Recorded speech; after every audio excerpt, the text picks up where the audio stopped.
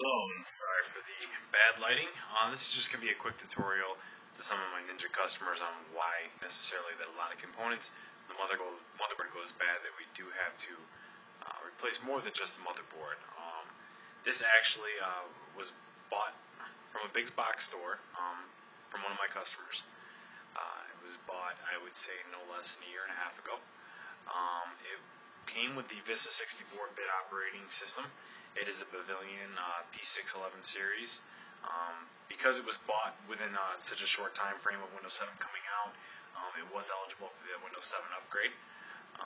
Now, it came standard with a AMD Athlon 64X2 dual-core processor and 8 GB of RAM. It's expandable up to 16 GB of RAM, 1 TB hard drive, and a LG 24-time DVD burner. This is a pretty nice system. I mean, all in all, it was a real quick system. On the back, it had a VGA and a DVI 1080i output. So it gave a real nice resolution, and it was a good, all in all, multimedia entertainment PC. The motherboard went bad. Now I'm going to show you in a little bit why changing the motherboard isn't as easy as just swapping it out and putting another motherboard in. There's a couple more things that have to go into play. Technology has changed. This uses a DDR2 RAM and an AM2 processor. Trying to find an AM2 motherboard, and this processor, in this case, is not an AM2 Plus or AM3 compatible processor. It is strictly an AM2 processor.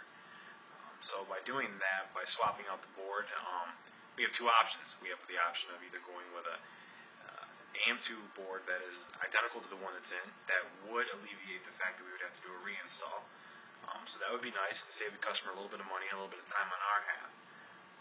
But on the other side of that, generally those motherboards, buying the exact motherboard that came out of there, we're going to spend quite a bit of money, and a lot more than technically than what the motherboard's worth itself.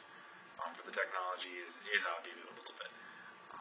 So going into this, we already know that by putting a new motherboard in to keep the cost down, it is more cost efficient to actually get an AM3 or an AM2 Plus motherboard and a new processor. Now, by doing that, the minute we go to AM3, we have to get rid of the DDR2 RAM and then go to DDR3. Now, DDR3 RAM is considerably more cheaper than DDR3. The quality is better, but the price is definitely lower. So a lot of things go into play. Swapping out a motherboard, in this case, we're getting rid of the old motherboard, getting rid of a processor that's still good, and we're getting rid of RAM that's still good, to put a new processor in with an AM3 processor with an AM3 board and DDR3 RAM just to get this bad boy up and running again. And I will show you why in just a second.